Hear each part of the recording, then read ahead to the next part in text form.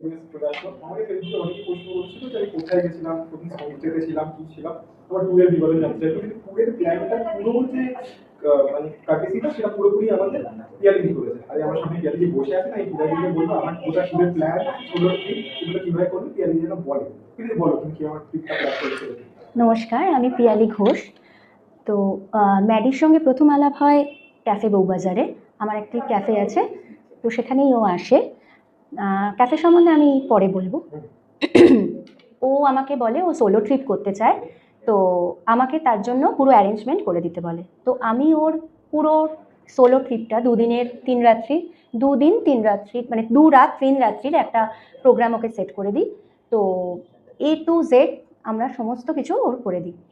তো even budget friendly বলবো, খরচায় আমরা ওর সমস্ত ব্যবস্থা করে দিই। তাতে ওর বক্তব্য অনুযায়ী ও খুব হ্যাপি। তো ও গেছিল হচ্ছে কাফেরগাঁওতে, যেখানে আমার নিজস্ব homestay, third peak and the horizon Kafergaon. এবার প্রশ্ন হচ্ছে কাফেরগাঁওতে আপনারা কেন যাবেন? অনেকই তো হোমস্টে আছে।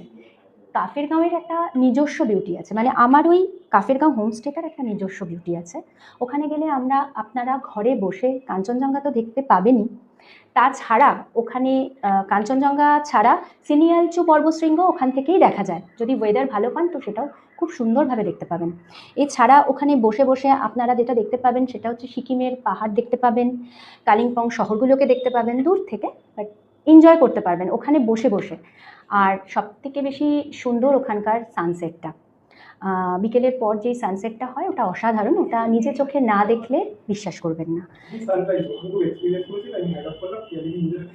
হোমস্টে বিষয়ে বেশি কিছু বলছে না, বাট আমি বলছি ওটা সিরিয়াল এক্সপেরিয়েন্স। আমি যদি না যান তাহলে আমি বোঝাতে পারবো না। তো পিয়ালি তোমার এই হোমস্টে ক্যাফে ছাড়াও তুমি পরিযায়নী নামে খুব পরিচিত।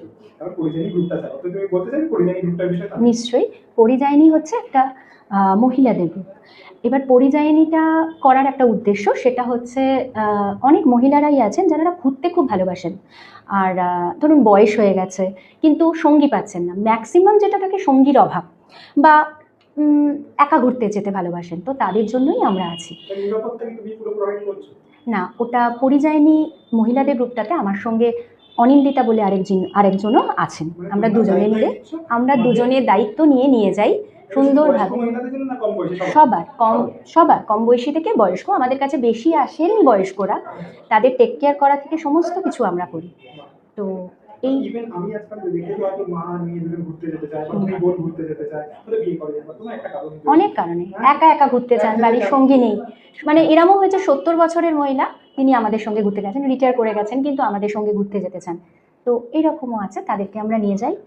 আর তার সাথে যেটা আমরা ম্যাডিকে করে দিয়েছি সেটা হচ্ছে পরিযায়নী হোমস্টে বুকিং, যেটা হচ্ছে আমরা সমস্ত অফবিট, কালিম্পংয়ের সমস্ত অফবিট জায়গায় আপনাদের বুকিং করে দেবো। আমি বলতে চাই ঘরোয়া পরিবেশ, ঘরের কথা মনে পড়ে, এত ভালো লোকজন, আর পুরো বাড়ির মতন খাওয়া দাওয়া পাওয়া যায়। তো আমাদের খুব একটা যে বাইরে গিয়ে খেতে হচ্ছে, কি খাবো না খাবো কোনো চিন্তা নেই, খাওয়া দাওয়া থাকা নিয়ে কোনো চিন্তা নেই, ভিউ তো বলেই দিল।